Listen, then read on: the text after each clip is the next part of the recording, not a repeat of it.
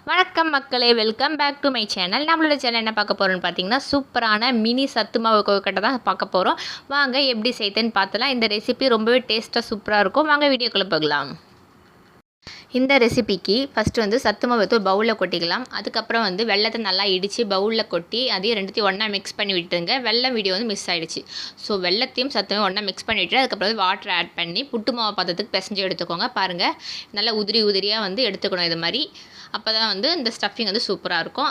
அடுத்ததாக என்ன பார்த்தீங்கன்னா, அரிசி மாவு இருக்குல்ல, அது எடுத்து சுடு தண்ணி விட்டு நல்லா பிசைஞ்சு இது மாதிரி வந்து கொழுக்கட்டை மாவு பிடிப்போல் அதுக்கு பிசைஞ்சு எடுத்துக்கோங்க.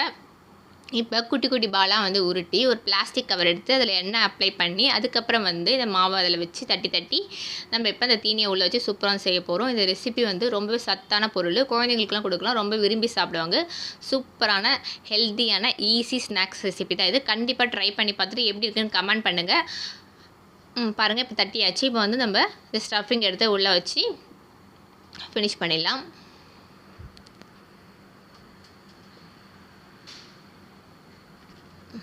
பாருங்கள், அழகாக வந்து இது மாதிரி வச்சுட்டு அழகாக அதை க்ளோஸ் பண்ணி சுற்றி வந்து ப்ரெஸ் பண்ணி விடுங்க.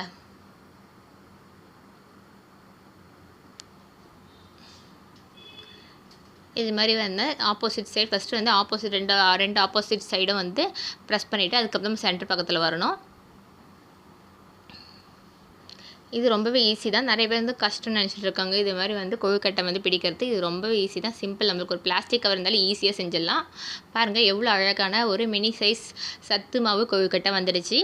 இப்போ நம்ம இதை வந்து அழகாக டெக்கரேட் பண்ணி உங்களுக்கு காமிச்சிருக்கோம். இப்போ நம்ம வந்து இட்லி குண்டானில் போட்டு எப்படி கொழுக்கட்டையை வந்து வேக வச்சு எடுப்போமோ அதே மாதிரி வேக வச்சு எடுத்துக்கலாம். பாருங்கள், இப்போ நம்ம இதை வேக வச்சு எடுத்தாச்சு. பாருங்கள், கலர் ரொம்பவே சேஞ்ச் ஆகிருக்கு. இந்த கொழுக்கட்டை ரொம்ப ரொம்ப ரொம்ப ரொம்ப டேஸ்ட்டாக இருந்துச்சு. நான் ஃபஸ்ட் டைம் ட்ரை பண்ணேன். ஸோ வந்து உங்களுக்கும் வந்து இதை நான் ஷேர் பண்ணுறேன். கண்டிப்பாக வந்து ட்ரை பண்ணி பார்த்துட்டு எப்படி இருக்குன்னு கமெண்ட் பண்ணுங்கள். அது மட்டும் இல்லை நண்பர்களே, நம்மளோட சேனலில் இது மாதிரி ஈஸி ஸ்நாக்ஸ் ரெசிபிஸ் வந்து அப்லோட் பண்ணுறோம். ஸோ கண்டிப்பாக நம்மளோட சேனலை மறக்காமல் சப்ஸ்கிரைப் பண்ணிக்கோங்க. கூட இருக்க பெல் ஐக்கானை கிளிக் பண்ணிக்கோங்க. அப்போ தான் நான் போடக்கூடிய வீடியோஸ் உங்களோட நோட்டிஃபிகேஷன். தேங்க்யூ ஃபார் வாட்சிங். Tata, bye bye.